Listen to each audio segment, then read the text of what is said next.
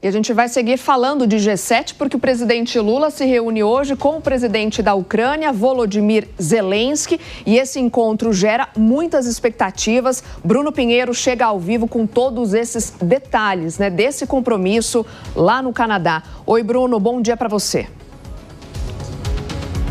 Oi, Soraya, ótimo dia também a você, ao Nonato, aos nossos analistas, quem nos acompanha aqui no Jornal da Manhã. Esse encontro inicia logo mais às 8 horas da manhã aqui na capital federal, 11 horas da manhã nos Estados Unidos, a cerimônia de boas-vindas aos chefes de Estado e de governo, também do segmento de engajamento externo e dirigentes de organizações internacionais convidadas. Às 11h15 da manhã haverá o registro de uma foto oficial, logo na sequência também a reunião com o primeiro-ministro do Canadá e na sequência a 7ª sessão Segurança Energética, contando com um almoço entre os chefes de Estado e de governo dos países do G7, representando então o segmento de engajamento externo e dirigentes de organizações internacionais que foram convidadas para este encontro nesta terça-feira.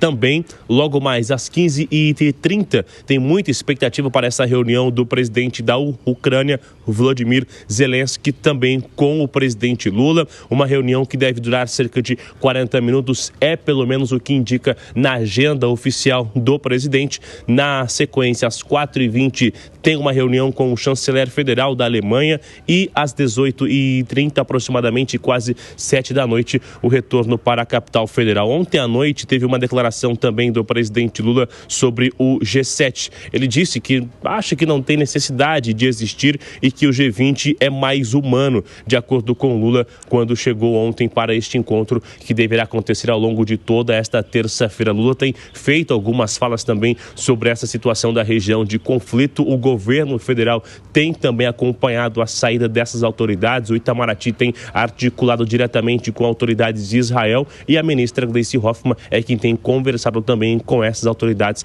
que estão esperando esta saída. Lembrando que 6 ficaram em Israel, não aceitaram essa rota de fuga e aí estão aguardando uma nova orientação do governo brasileiro para uma nova etapa dessa retirada. A gente continua de olho nessa agenda oficial e também nessa zona de conflito, sendo mais exato em Israel. Soraya. Perfeito, Bruno. Obrigada pelas suas informações. Daqui a pouco a gente volta a conversar. Deixa eu chamar de volta também os nossos analistas para a gente repercutir esse encontro que, como o Bruno disse, já gera bastante expectativa. Deise, queria te ouvir, Esse encontro de Lula com Zelensky pode mudar a postura do Brasil no papel da diplomacia diante desses conflitos todos que a gente vem acompanhando? Soraya, eu não acredito que vai mudar o papel do Brasil, mas pode oferecer uma reaproximação entre o Lula e o Zelensky, porque o Zelensky acredita que o presidente Lula e que o Brasil são mais pró-Rússia, enquanto o presidente Lula tem defendido, pelo menos na teoria, uma diplomacia, um papel mais equilibrado. Então, esse encontro ele pode servir, sim, para uma reaproximação entre os dois países.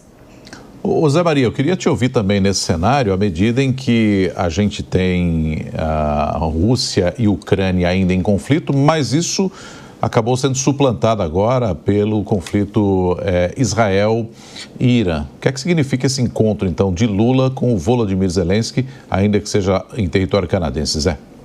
Pois é, o Brasil não faz parte do G7, do BRICS, mas não é do G7. O governo foi convidado, o presidente Lula, e não é a primeira vez.